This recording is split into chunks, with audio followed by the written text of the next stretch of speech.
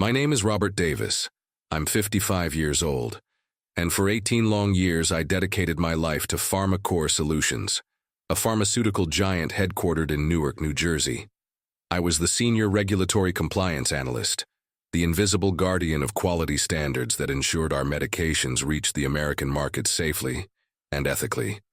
18 years. 18 years waking up at 5 in the morning, taking the same NJ transit train, sitting at the same desk on the 12th floor, reviewing protocols, analyzing clinical trial data, making sure every comma in our FDA reports was perfect. I was the guy nobody noticed until something went wrong. And when something went wrong, everyone knew who to call.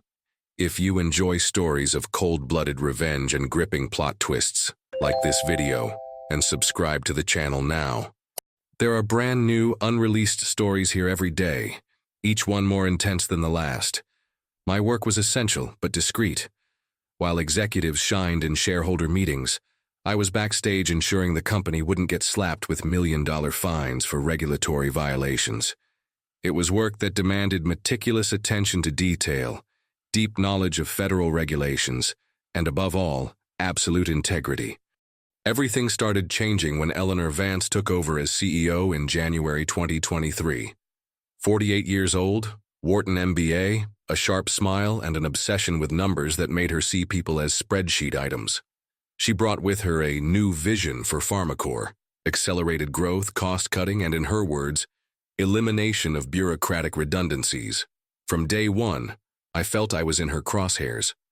In general meetings, she talked about process modernization and operational agility, always with a look that seemed to cut straight through my department. To Eleanor, I was dead weight, an obstacle to her vision of quick profits. In the last months under her management, I began noticing subtle changes. Test protocols that normally went through my screening started getting approved through other channels. Clinical trial reports arrived at my desk already pre-approved, leaving me just to rubber stamp them. Contracts with suppliers I didn't recognize appeared in financial records. My meticulous nature made me document everything. Not out of suspicion, but professional habit. Every questionable email, every report with inconsistent data, every questionable financial transfer. I kept everything in encrypted digital files, outside the company network, as a way to protect the integrity of my work. On the morning of March 15, 2024, a Friday I'll never forget, I received a terse email from Eleanor. "Robert, please come to my office at 2:30 p.m. Subject, important discussion about your position." I went up to the 22nd floor with a strange feeling in my stomach. The CEO's office had a view of the Manhattan skyline, a constant reminder of the power she wielded. Eleanor was sitting behind her glass desk, with Mark Sullivan, the R&D director, and Brenda Miller, the marketing chief, flanking her like loyal generals. "Robert," she said without even inviting me to sit, "your position is redundant. We're restructuring the compliance department. We need a more dynamic profile, someone who understands modern market demands." The words came out of her mouth like bullets. Cold, precise, lethal. "Your services are no longer needed," she continued, sliding a sealed envelope across the desk. "There's your severance package. Quite generous considering the circumstances." I felt my blood boil but kept my voice calm. "Understood." "Great," she smiled. "We hoped you'd be reasonable. Brenda here will escort you to your desk so you can collect your personal belongings. Security has already been notified." 18 years of loyalty, reduced to a cardboard box and an escort to the door. As I walked through the corridors carrying my few personal belongings, with Brenda Miller beside me like a prison guard, a sharp clarity took hold of me. They didn't know what they had just done. They didn't know that I had in my hands evidence of a scheme that could destroy not just their careers, but the very company they thought they controlled. I left PharmaCore Solutions that March afternoon without looking back. But as I walked to the train that would take me home, a single certainty echoed in my mind. They thought they had gotten rid of a problem. In reality, they had just created the biggest problem of their lives. In the 3 days following my termination, I stayed home organizing my thoughts and, mainly, organizing the evidence I had collected over the last months. What I discovered when reviewing everything genuinely shocked me. It wasn't just negligence or questionable cost cuts. It was large-scale fraud. Eleanor Vance, Mark Sullivan, and Brenda Miller were orchestrating a million-dollar scheme that put at risk not just PharmaCore's integrity, but the safety of thousands of patients. They were falsifying clinical trial data to accelerate FDA approvals, inflating drug efficacy results, and embezzling funds through contracts with shell companies. Worst of all, a new antidepressant called Mind Ease, which was about to be launched in the American market, had its safety data completely falsified. The original tests showed serious side effects in 12% of patients, including suicidal ideation in young adults. In the reports that reached the FDA, this number had been adjusted to 2.3%. Sitting in my home office with stacks of printed documents and 3 monitors displaying spreadsheets and emails, I had an epiphany about the timing of my termination. It wasn't coincidence. They knew I was too close to discovering the full extent of the scheme. My termination wasn't about restructuring. It was about silencing the only person in the company with enough technical knowledge to connect all the dots. What they didn't know is that I had already connected those dots weeks ago. And what they definitely didn't know is that I had taken precautions. During my 18 years at PharmaCore, I learned a valuable lesson. In a highly regulated industry like pharmaceuticals, documentation is power. Every irregularity I had witnessed, every compromising email that passed through my inbox, every meeting where I heard questionable conversations, everything was meticulously documented and stored on secure servers outside the company network. More importantly, 3 months before my termination, when red flags started multiplying, I had set up a contingency system. If I were suddenly removed from the company, a specific set of documents would be automatically sent to 3 destinations: the FDA Inspector General's office in Rockville, Maryland, the U.S. Attorney's Office for the District of New Jersey, and 2 board members at PharmaCore, whom I knew to be people of integrity. On the Monday following my termination, exactly at 9 a.m., this system was activated. While Eleanor, Mark, and Brenda were probably celebrating my departure, drinking coffee in their offices with Manhattan views, believing they had eliminated the last obstacle to their million-dollar scheme, a federal investigation was being initiated based on the evidence I had provided. I didn't need to do anything else. I didn't call journalists, didn't leak information on social media, didn't seek out whistleblowing lawyers. I simply let the truth follow its course through appropriate channels. The first crack in their perfect world appeared on Wednesday. I received a call from Eleanor Vance at 6:30 p.m. Her voice, normally controlled and authoritative, sounded tense. "Robert," she said, trying to maintain a professional tone, "I hope you're adjusting well to your transition. I'd like to know if you could meet with us tomorrow for an informal conversation." "About what, Eleanor?" I asked, knowing exactly about what. "Well, some regulatory issues have come up and, given your deep knowledge of our processes, we thought maybe you could help us clarify some points. As an external consultant, of course, with very attractive compensation." I mentally translated. The FDA had started asking questions they couldn't answer without me. "I'll think about it," I replied. "My lawyer will be in touch." Actually, I didn't have a lawyer yet, but the mention was enough to make Eleanor stutter on the other end of the line. "Lawyer? Robert, there's no need for... This is just a conversation between colleagues." "Former colleagues," I corrected. "And considering you fired me without warning after 18 years of service, I think it's prudent to have legal representation in any future discussions." I hung up and smiled for the first time since Friday. The panic had begun. On Thursday, the situation escalated dramatically. I received not 1, but 3 calls. First Eleanor, then Mark Sullivan, and finally Brenda Miller. Each with a slightly different version of the same story. They wanted to reintegrate me into the team. There had been a misunderstanding. They needed my unique expertise. The most interesting call was from Mark Sullivan at 2 p.m. His voice trembled slightly. "Robert, we need to talk urgently. There are some irregularities. being investigated, and your absence is complicating our ability to respond. We are prepared to offer a Vice President of Regulatory Compliance position with a salary of $280,000 annually, plus stock options. Almost triple my previous salary. Desperation had a high price. Mark, I said calmly, if there are irregularities being investigated, I'm sure PharmaCorp has sufficient resources and talent to handle the situation without my help. Robert, please, be reasonable. We all make mistakes, if there's something you saw that may have caused misunderstandings, we can resolve this internally. Misunderstandings? You know how these regulatory agencies can be. They see problems where none exist. We need someone with your credibility to help clarify that everything was done within standards.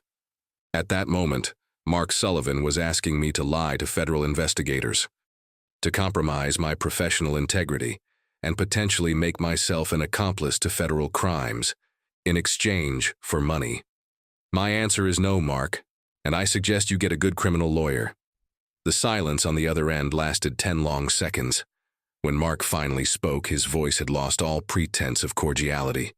You're going to regret this, Robert. We have resources. We can make your life very difficult.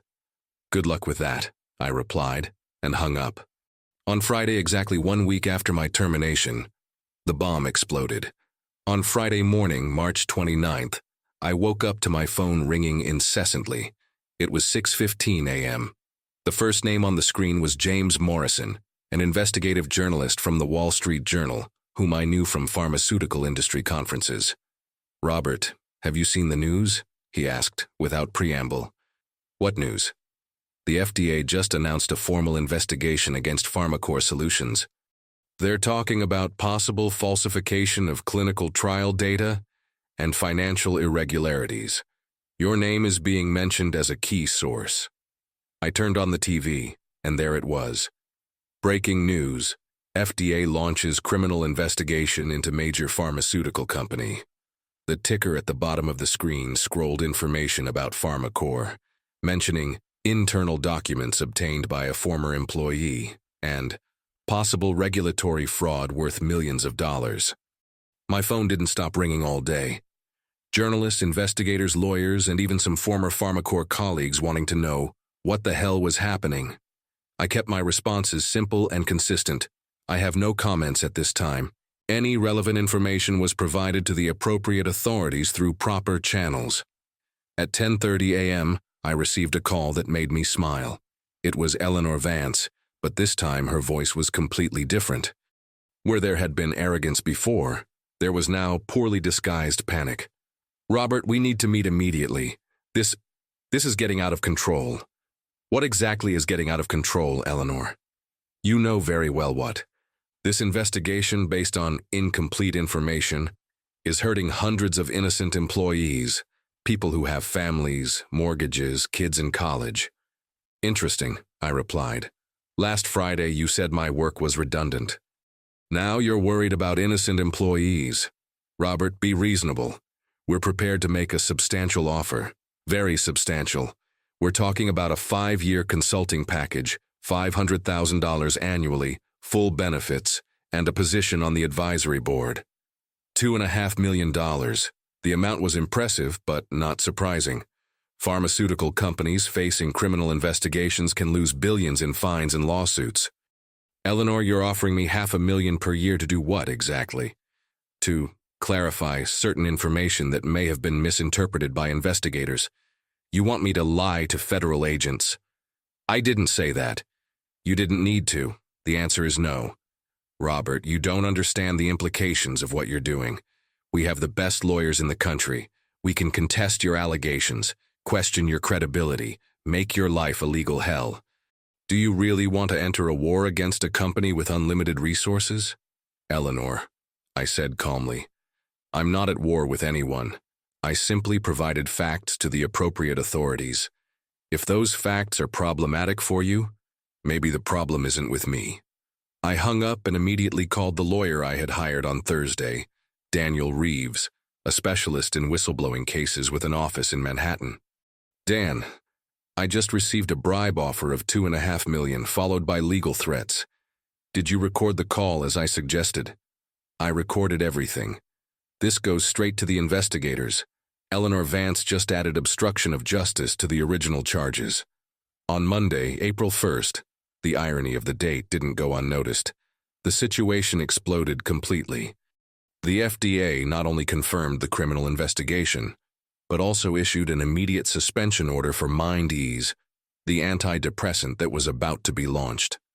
The official statement mentioned serious concerns about the integrity of safety data provided by the company.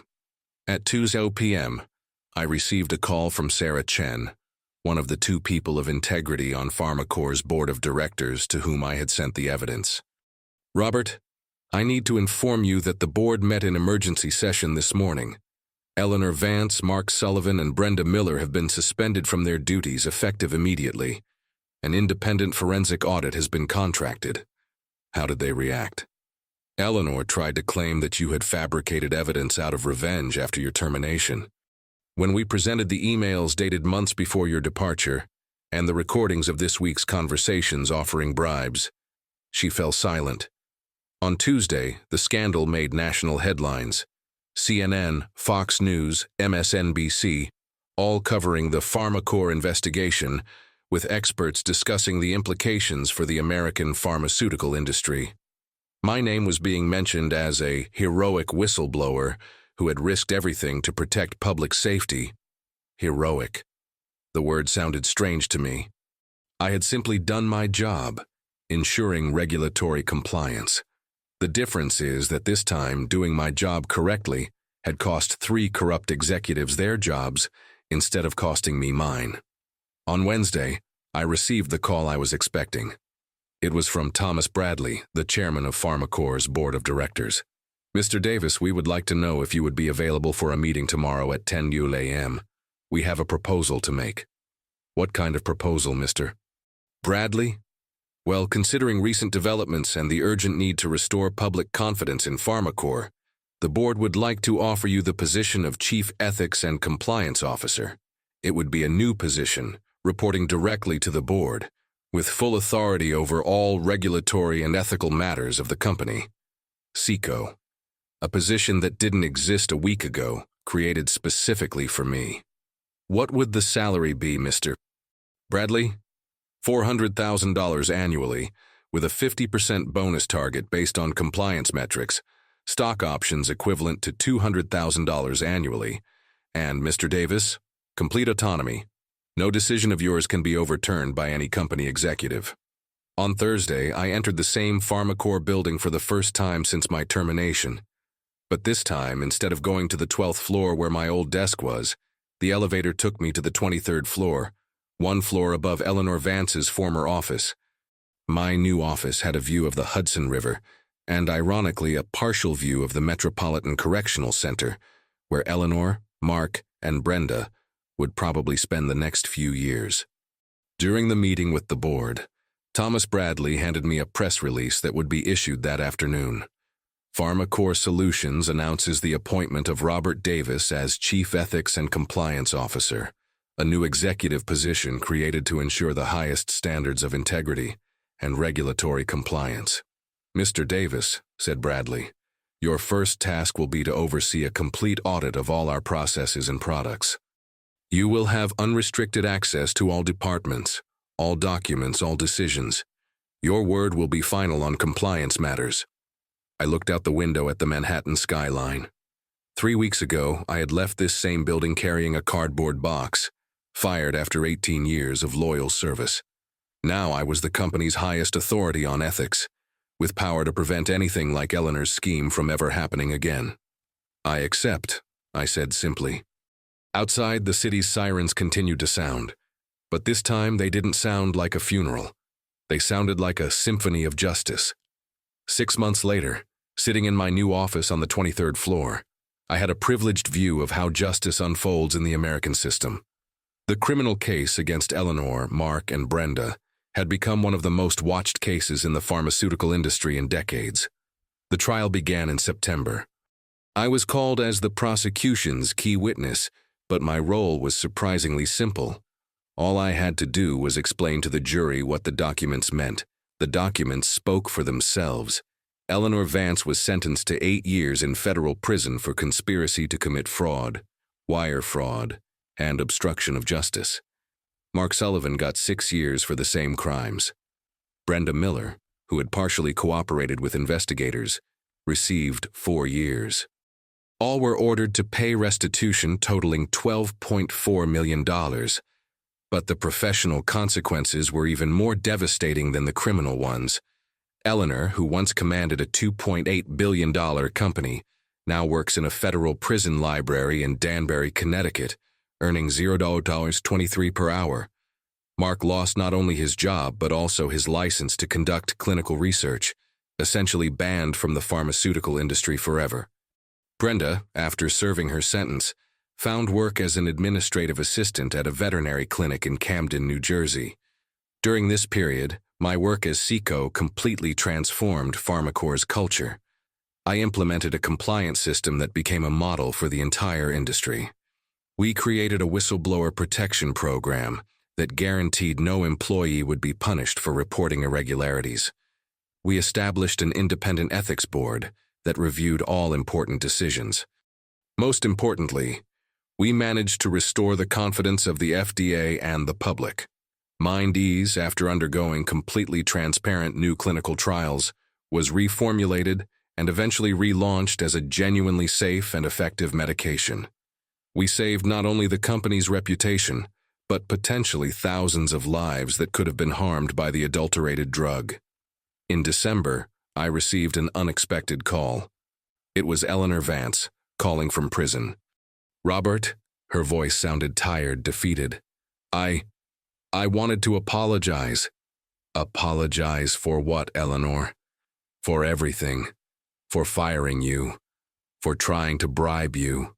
For not listening to you from the beginning." I was silent for a moment, processing the irony of the situation. "Eleanor, do you know what your biggest mistake was?" "What?" "You thought integrity was a weakness, that following rules was something for people without ambition. You mistook my discretion for complacency, my honesty for naivety." "I know that now," she admitted.